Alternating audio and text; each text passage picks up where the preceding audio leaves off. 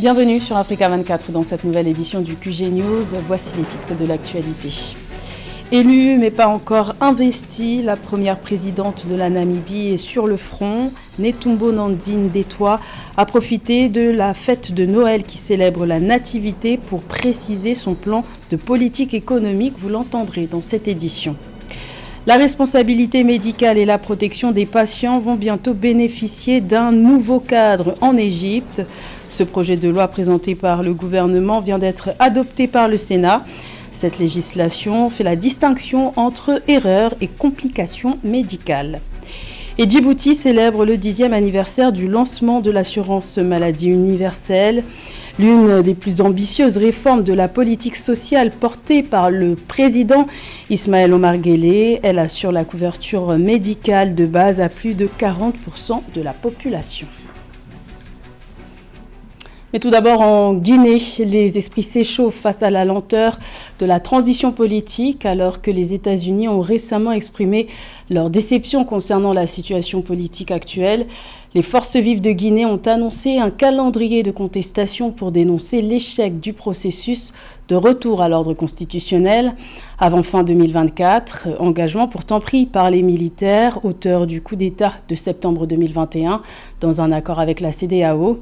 Dans ce contexte, les forces vives de Guinée ont annoncé leur rejet de l'autorité des militaires au pouvoir à partir du 31 décembre prochain et appellent les citoyens à des manifestations pacifiques dès le 6 janvier 2025 pour exiger le départ des militaires au pouvoir, ainsi que la mise en place d'une transition civile. Les autorités n'ont pas encore réagi à cette annonce.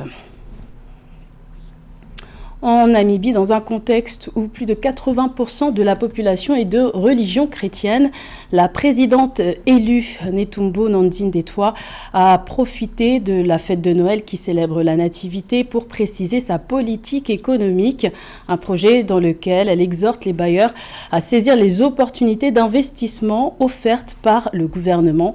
Les précisions de Cheikh Omar Kamara. Dans un message à la nation à l'occasion de Noël le 24 décembre 2024, la présidente élue de Namibie, Nandi Netumbo Ndaitwah, a exhorté la communauté des affaires à tirer parti des multiples opportunités économiques offertes par le gouvernement. Elle a souligné l'importance d'une collaboration étroite entre le secteur privé et l'État pour renforcer la croissance économique du pays. Notre communauté d'affaires continue de veiller à ce que même pendant la période des fêtes, notre pays ne manque pas de produits de première nécessité.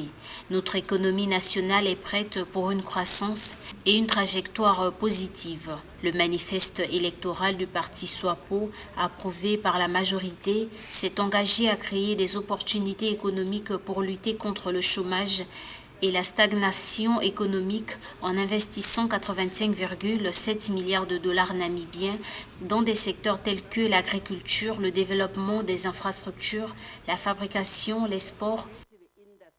Concernant l'essence de Noël, Nandi Ndaitwah a invité les Namibiens à se réunir dans le but de savourer, bâtir et renouveler les relations d'amour et de solidarité.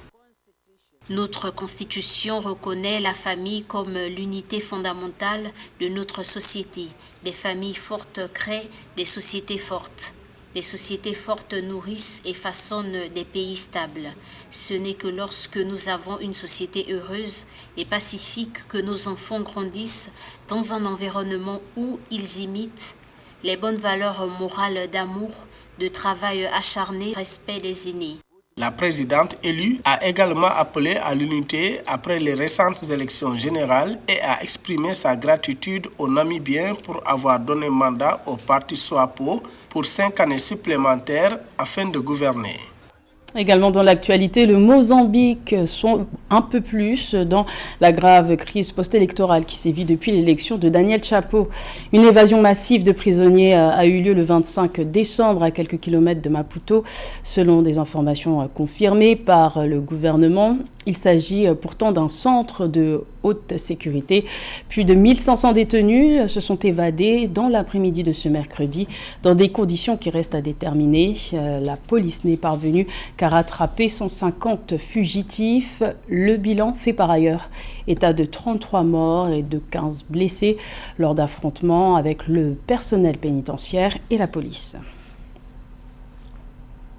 C'est un verdict qui fera date au Burkina Faso dans la lutte contre la corruption. Les 4 fonctionnaires accusés d'avoir détourné 3 milliards de francs CFA au ministère de l'Action humanitaire ont été reconnus coupables par la justice burkinabé de détournement de fonds publics, enrichissement illicite et blanchiment de capitaux. Les accusés ont écopé de peines allant de 6 à 15 ans de prison ferme au terme d'un procès diffusé dans les médias. Plus de détails avec Philippe Acquois. Le tribunal de grande instance Ouaga 1 a condamné le 24 décembre 2024 4 personnes pour détournement de fonds au ministère de l'Action humanitaire. Ainsi, Amidou Teignan, Taparga Ouedraogo Petronil, Philippe Bayoulou et Salifou Ouedraogo ont reçu des peines allant de 6 à 15 ans de prison et des amendes cumulant des milliards de francs CFA. Le tribunal a également ordonné la confiscation de leurs biens pour indemniser l'État burkinabé, victime d'un préjudice financier estimé à plus de 3 milliards de francs CFA. En tant que représentant de l'État, nous avons effectivement chiffré notre préjudice et le tribunal a rendu une décision qui fait état de ce que notre préjudice s'établit aux environs donc de 2 milliards 133 millions de francs CFA. Notre appréciation, c'est que nous allons dans les détails certainement regarder la décision, l'apprécier, rendre compte et puis finalement justement décider de la suite qu'il faille donc donner à cette décision. Ce jugement marque un tournant dans la lutte contre la corruption au Burkina Faso. Les autorités ont mis en avant l'importance de la transparence et d'une gestion rigoureuse des finances publiques, en partenariat avec le RENLAC, qui s'est constitué en partie civile. La condamnation solidaire des prévenus à une indemnité de 2,13 milliards de francs CFA illustre une volonté de protéger les ressources publiques. Sur le point du droit, nous sommes très satisfaits de cette décision. Nous allons d'abord discuter avec notre client. Voilà, c'est la conduite à tenir, c'est la démarche qu'il faut suivre. Et en fonction de ce qu'il décide, nous allons aviser. La retransmission publique de ce procès souligne l'engagement des institutions à dissuader les pratiques frauduleuses. Ce verdict renforce le message selon lequel tout détournement de fonds sera sévèrement sanctionné. Ce combat pour l'intégrité dans la gestion publique est devenu un pilier des réformes nationales visant à renforcer la confiance des citoyens et des partenaires internationaux. La responsabilité médicale et la protection des patients auront bientôt un nouveau cadre en Égypte. Le projet de loi présenté par le gouvernement en novembre dernier a été approuvé par le Sénat le 22 décembre et doit désormais être soumis au Conseil des députés. Ce projet a pour but de faire la distinction entre l'erreur et les complications médicales. Les explications de Marie-Raphaël Antolo.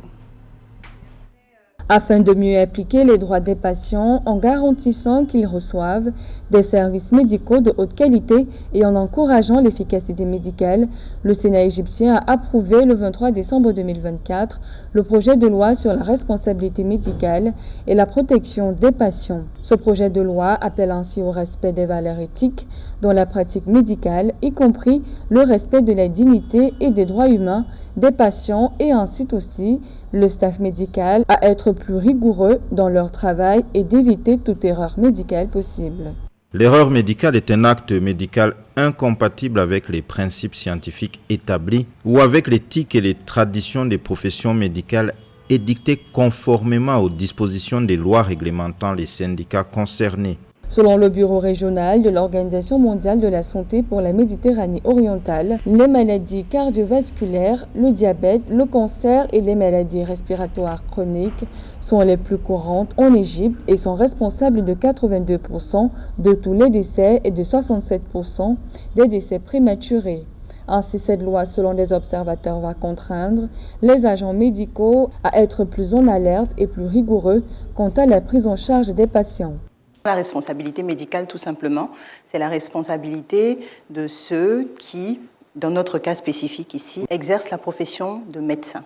Ce projet de loi prévoit en outre une peine de prison et une amende dans le cas d'erreur médicale portant préjudice au patient ou entraînant sa mort, ainsi que dans le cas où le médecin exerce sous l'effet de l'alcool ou de la drogue. Pour le ministre des Affaires parlementaires, juridiques et de la coordination politique égyptienne, Mahmoud Fawzi, cette loi protège le personnel et les établissements médicaux de toute infraction dont ils pourraient faire l'objet et confie l'évaluation de la responsabilité des médecins aux médecins eux-mêmes par l'intermédiaire d'un haut comité. Réajustement budgétaire au Sénégal pour faire face au contexte économique marqué par de multiples défis. L'Assemblée nationale a adopté le 24 décembre la loi de finances rectificative 2024.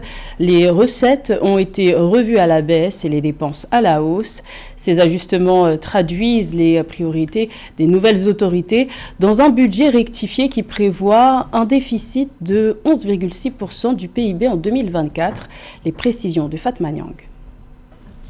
La loi de finances rectificative LFR 2024 a été adoptée mardi 24 décembre 2024 par les députés sénégalais avec 139 voix favorables contre 12 abstentions. La loi réajuste les recettes budgétaires à 4 075 milliards de francs CFA, en baisse de 840,2 milliards par rapport aux prévisions initiales. Les dépenses, quant à elles, augmentent de 681,8 milliards pour atteindre 6 437,2 milliards de francs CFA afin de répondre à des besoins urgents. Pourquoi, alors que vous nous demandez de serrer la ceinture, vous augmentez ces dépenses qui sont des dépenses de fonctionnement? Pour que le peuple sénégalais sache, les dépenses de fonctionnement, c'est les dépenses de prestige pour votre confort, c'est les bureaux, c'est le matériel, c'est tout ce qui fait le confort du gouvernement. Donc, vous réduisez les recettes, vous dites que vous les diminuez et vous augmentez les dépenses. Ce n'est pas de l'orthodoxie financière. Le ministre des Finances, Cheikh Diba, a défendu cette révision budgétaire en annonçant un taux de croissance du PIB révisé à 6,7% contre 9,2% dans la loi de finances initiale. Un déficit budgétaire de 11,6% du PIB a été prévu avec l'objectif de le réduire à 3% d'ici 2027. Toutes les dépenses Toutes nos dépenses respectent scrupuleusement la loi. On ne peut pas prôner la droiture devant les Sénégalais tout en agissant autrement. Malgré les obstacles, nous restons déterminés à agir conformément à la légalité. Les dépenses de la loi de finances rectificative 2024 incluent également des mesures de soutien au prix des denrées de première nécessité avec une régulation estimée à 140 milliards de francs CFA. Des investissements d'urgence d'un montant de 9 milliards ont aussi été alloués pour la dépollution et la gestion des inondations. Djibouti a célébré le 23 décembre le 10e anniversaire du lancement de l'assurance maladie universelle dans le pays, une initiative du président Ismaël Omar Guelleh. Cette réforme d'envergure a permis d'offrir une couverture maladie à plus de 40% de la population en une décennie, un tournant dans le système de protection sociale. Plus de détails avec Samantha Saberou-Sabobanga. Djibouti a célébré le 23 décembre 2024 le 10e anniversaire de l'assurance maladie universelle. À cette occasion, le ministre du Travail, chargé de la formalisation et de la protection sociale, Omar Abdi Saïd, a prononcé un discours célébrant une décennie de réformes marquées par des avancées significatives dans le domaine de la santé à Djibouti.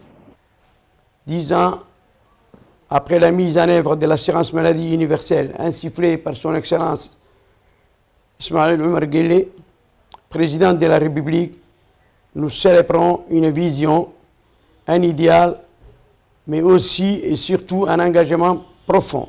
Lancé par le président djiboutien Ismaël Omar Guelleh, l'assurance maladie universelle a permis d'offrir une couverture maladie à plus de 40% de la population, transformant ainsi des milliers de vies. Depuis l'introduction de l'assurance maladie universelle en 2015 par le chef de l'État, El Hadj Ismaël Omar Guelleh, l'optimisation de la couverture sanitaire universelle est hissée au premier rang des priorités du gouvernement djiboutien. Plus de 40% de nos compatriotes bénéficient de la couverture maladie universelle. Derrière ces chiffres, ce sont des vies transformées, des familles soulagées, des enfants qui peuvent grandir en bonne santé et des femmes qui peuvent donner naissance en toute sécurité.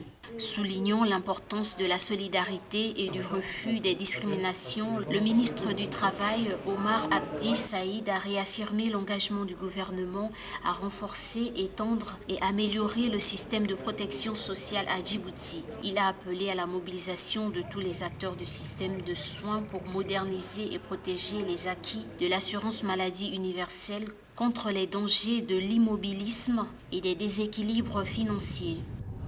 C'était le journal de la rédaction. Merci de l'avoir suivi. L'information continue sur Africa 24.